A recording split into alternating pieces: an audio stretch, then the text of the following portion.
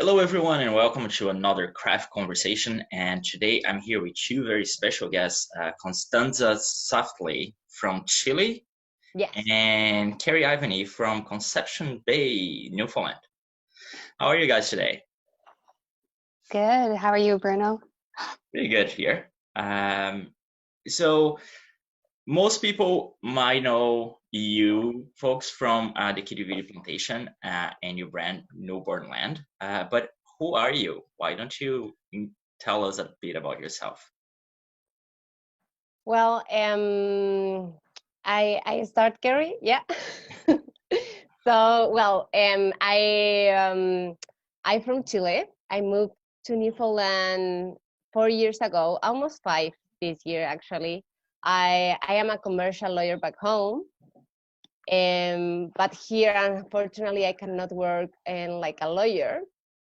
So I feel this was the time when the life gave me the opportunity to start something new from the scratch. And at that time, I get my first baby, Mateo. He have 3 years old today. And I tried to find baby items, which was really hard at that time. So I realized I can do it for myself. I will buy my sewing machine. I start to watch videos on YouTube and I start to sew. I discover I have big skills in sewing, because I never tried before. And there's when Newbornlander start, So yes, I think it's a pretty interesting like this about like being a lawyer, and finally I finished like a craft person, which I love it. Well, that's great. And what about you, Kerri? So I am a textile artist. I have a background in doing seamstress work in various jobs. I graduated from the College of the North Atlantic, the textiles program. So I've dabbled in a lot of different work. I tried doing like my own thing for a while, and it just wasn't quite working out. I wasn't getting the traction that I needed. So a few years back, I was looking for a direction to take with my craft to make it a sustainable business, and then basically Constanza came along, and we met and we clicked. I fell in love with Newbornlander. I love the fabrics. It really appealed to me as a textile artist. So when she said that she was looking for a business partner, I definitely jumped on the opportunity to join in. Well, that's fantastic. And one thing that Constanza said, most of the times, immigrants when they move to a different country, they can't actually exercise their profession, and then you find yourself looking for other things, and you end up finding skills that you didn't have. So, how does your work translate your background back home, Constanza, and what it's carrying input from a Newfoundland perspective in the work? Well, and sorry, you can repeat again the question? How does the work that you folks do together, how does that translate your mother country in the designs, and how do you kind of adapt that to the Newfoundland reality? Yeah, well, like artisan today in the products, I feel I come with a lot of ideas and design, but it is really interesting, combine my style from Chile, more Latin, more colorful, which Kerri, which bring we have totally different style actually, which I love it because I can make one bead with one fabric, and Kerri come with the same bead with totally different fabric and colors, which I will never be choose. But when I saw them, I love them, and the people love them as well. So I think that is a really good part of styles and come from different cultures and backgrounds, because usually in our meetings we have different point of view, but both of them combine really well, and of course I learned so much with Kerri because I am not a professional textile, So actually, she teach me a lot, like how to finish really like in professional like the products and take a lot care of the quality of control and all that little things which you learn and when you are like inside to all this work, you know. But I never had that opportunity before, you know. So And how do you feel, Kerri, about that, like that mix of culture in the work? It always keeps things interesting. Like Constanza said, we always kind of come in with a different idea of something. Latin America tends to be very colorful and frilly, and we've kind of toned it down to go with our business theme. But it's always interesting how the two of us think, because in the same way, I see what Constanza has put together, and it's something I probably would have never mixed together. But when I see it, I'm like, oh yeah, that could work. That's actually really, really pretty. And some of our products follow from culture, Chilean culture as well. The boho bib and the tents that we make were very inspired by Connie to start this up. And she always comes in with the ideas. She's got children. She's always inspired, researching baby stuff. I don't have children myself, so I don't, half the time I have to ask her, what is this? What is its purpose? But then I can help make it actually function properly. I can do the technical work in sewing, where she comes in with the ideas and the pictures and the product ideas. So we work really well together in that sense to bring the cultures together. But something we have in common as well with Chile is that there's the ocean and a lot of the same animal base. So some of our prints and fabrics are actually kind of stemmed from the mixing of the cultures. A lot of the nautical themes kind of relay in both. So it's interesting that because like yes, like Chile has like a huge coastline and Newfoundland is an island, but like the weather is very different. How do you incorporate that in the pieces that you make? Uh, I guess a lot of our fabrics are fun and summer and warm and beach time. But then we have the practical side where we literally have everything almost hammered down with like a drawstring to stick to the children's head, because obviously we have a lot of wind here. So we take in factors like that, or having it be able to be absorbent for the rain and the wind. yeah, and I think it is really fun because we receive a lot. I think our customer help us a lot because sometimes they come from the idea like I need a hat, but I would love to have this part of the bag for the sun or something like that. And it's like, okay, we will take the challenge, we will do it. So I think it is a combination of ideas from Kerri and me, but at the same time, our customer from Newfoundland, they give us a lot of ideas in how to improve our products to make them functional for this special weather, you know? So pretty much you guys you produce you have your products, but then you create products on demand. Is that right? And then did that increase a lot, the products that you make recently, or like you have a set mind on what you're doing and you're gonna produce that? It depends on what the customer has proposed to us. Sometimes it might be within our products, just some sort of extension of it, and we don't mind doing custom orders in terms of like picking out some fabric or helping people match their nursery rooms. Now, there's some products that we've said no to just because it doesn't fit into our niche. But we're always open and willing to try new ideas and see kind of what works in our market and what doesn't. We're still at the point of our business where we're looking to expand and grow. So we're always interested to see what our customers are looking for, keeping up with the new fashion trends and what's out on the market, or what can we create as our own sort of brand, as our own product. That just came to me, like I was looking through your Facebook page and through the @Newbornlander on Instagram. And you guys have like not only an aesthetic in the product, but also an aesthetic on how you promote the product. Where did that came from?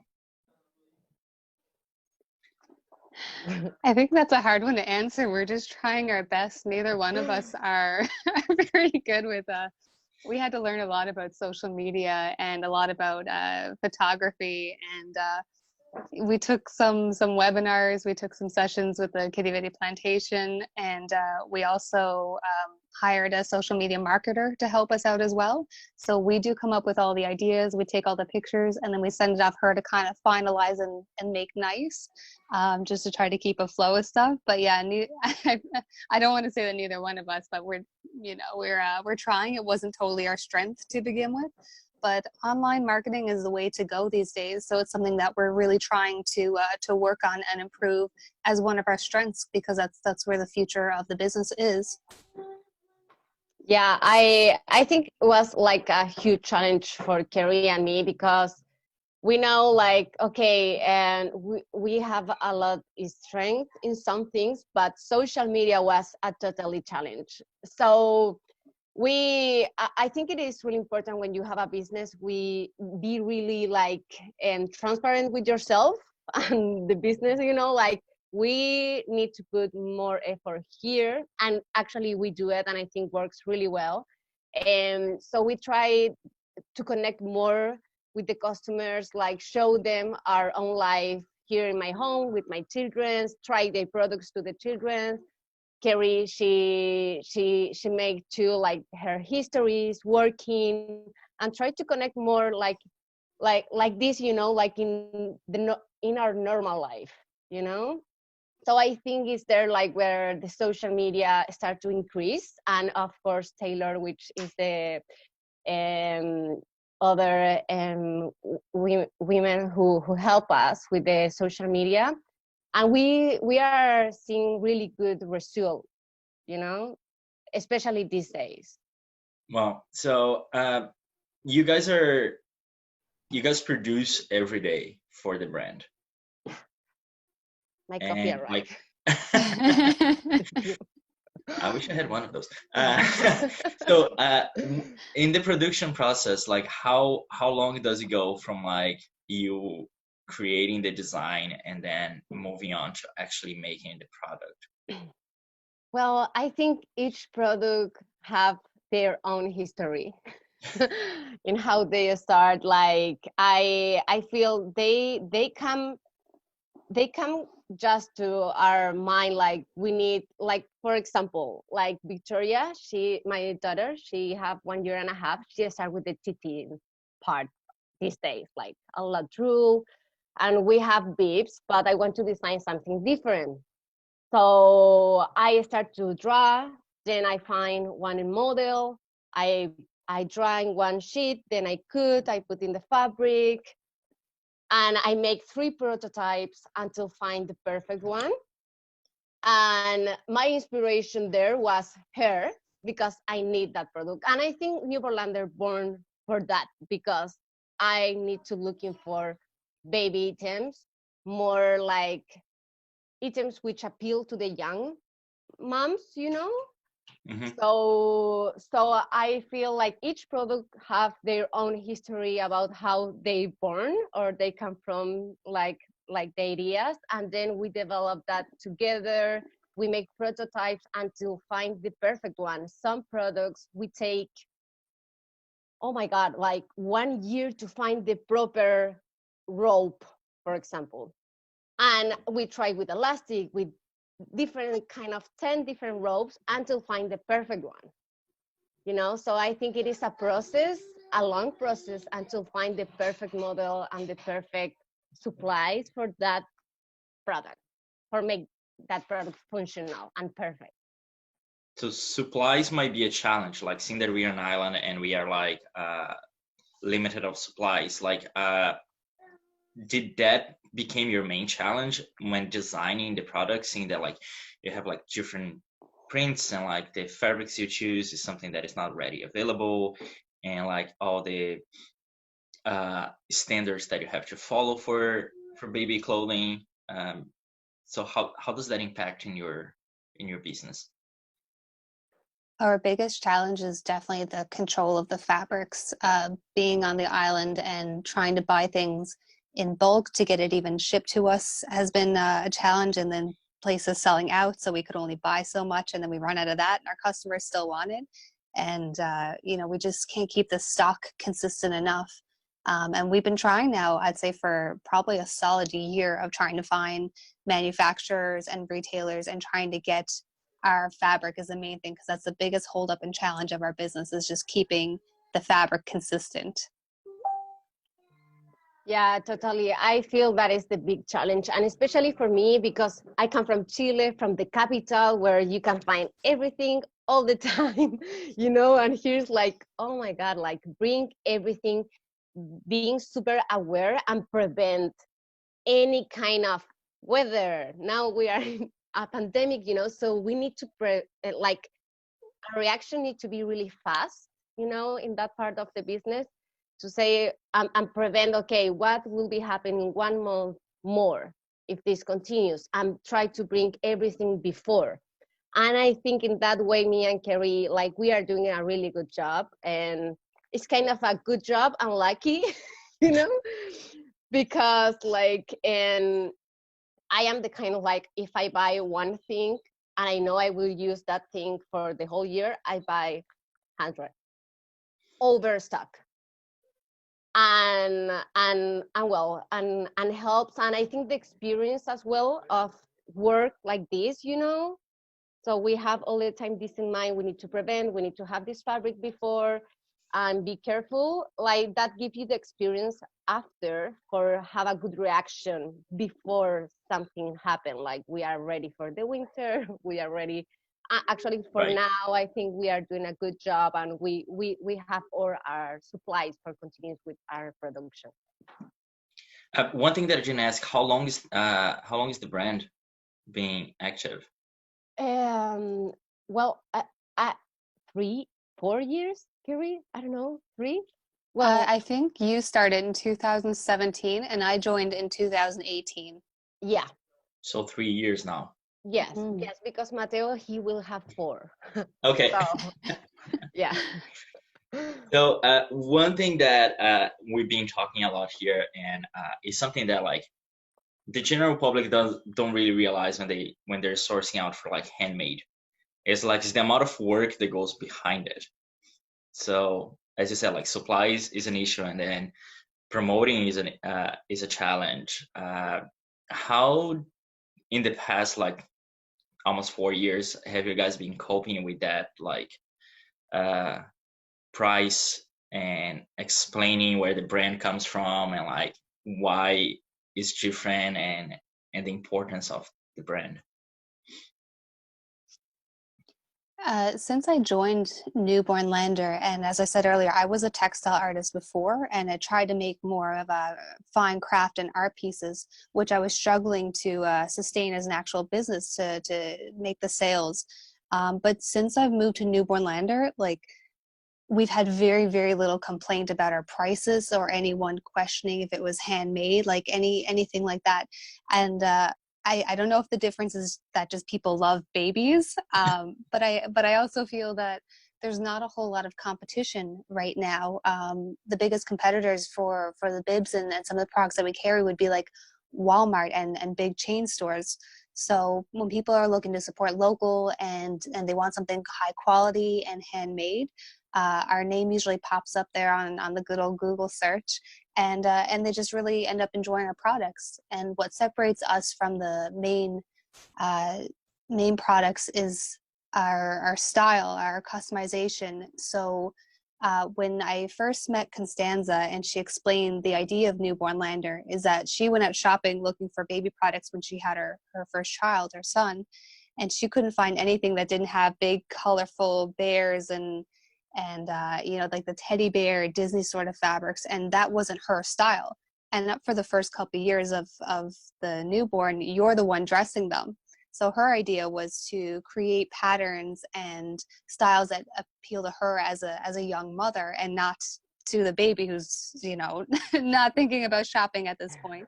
But up until they turn 2, which is where we cut off our niche, and Connie can verify this. Once they kind of turn 2 years old, they start to pick out stuff for themselves, and that's when you're going to be Spider-Man costumes every day. Yeah. So we want to go into the mind of the mother, of the parents, and appeal to them rather than appeal to the 1-year-old. Yeah, I think, well, for me it was pretty hard to start with the price with Newbornlander because I was a lawyer. Like really, I don't have idea how much cost. And this about handmade for me is pretty new too because Chile is a country which is really open to the market, like from different countries, and the people, the culture. I think in that ways they don't care if they buy something handmade or it is produced in any another country, and the cost and the fair trade. I think today we are more aware about all this movement and information, you know, but even I think especially in Newfoundland, because I cannot say through the rest of Canada, but in Newfoundland, the people really take a huge value of the handmade and local, and they pay for that, and they want to pay for that because it's fair, which was a surprise for me. So when I started with Newbornlander, I remember like my bibs was more than like really cheap. And then I started to sell at the farmer's market. And 2 weeks after come Twisted Sister Boutique, the downtown store, Mhm. Twisted Sister. And they love Newbornlander and they love the name, of course. You know, we have a lot of tourists and some of them buy a lot Newbornlander things because it's kind of a souvenir. Like, oh, from Newfoundland, Newfoundlander, Newbornlander. So they ask like if we can start to sell, like if they can sell our products in their store, and they give me a really good like supporting, tell me like, Connie, and this is too cheap, you should be charged more because this is like high quality, is handmade, you put your labor here, your design, and it's like, okay, how much you think I need to sell it? So they give me a really good advice, and always when I try to figure out price, it is Kerri. Like I tell Kerri how much, like, you know, because you know how much this costs. Like I think she's more conscious because she's a craft person. I think I come with my craft perspective this time of my life, so it's new for me. I am still learning. So I think Kerri is always like, we will charge this, and this is the cost because we put time, we put, and it's like, okay, yeah, fair. Well, just to say, like, you are a craftsperson too. Like, if you're creating and handmade making things, like, you are a craftsperson. And it's very interesting this thing about price because it is a struggle for a lot of craftspeople, even like professional craftspeople, to know how much to charge for their product because we are competing with a market that like is ready available and you're doing like a one of a kind like individual pieces. So yeah, I totally understand where you're coming from, and it is a challenge to price. But at the same time, as you said, like Newfoundland has like a really good support for the buy local, made local, and the handmade. Um, so you mentioned that you sell through Twisted Sisters and through the Kitty Vidi Plantation. Anywhere else in the city that you can find your product? Not in St. John's. We did get a couple of wholesale orders now that we're fulfilling. So we're hoping to carry our stuff in Wink very soon and the Newfoundland Weavery. And outside of that, we've had some interest reach out to us to do consignment or wholesale outside of St. John's. So we've got a couple places across Newfoundland. This is relatively new to us to be, you know, we produce a lot to keep ourselves going, let alone producing enough to keep other stores going. But we're really excited for the opportunities to try to expand our brand. And we actually just recently had a store from Ontario reach out to us who had a customer actually come into the store with their baby who was wearing our hat.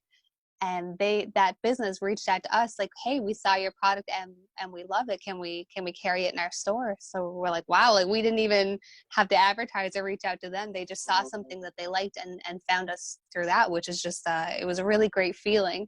So we're finishing up that order and sending it off to them now shortly. And that's just that's really exciting to grow our business in that way.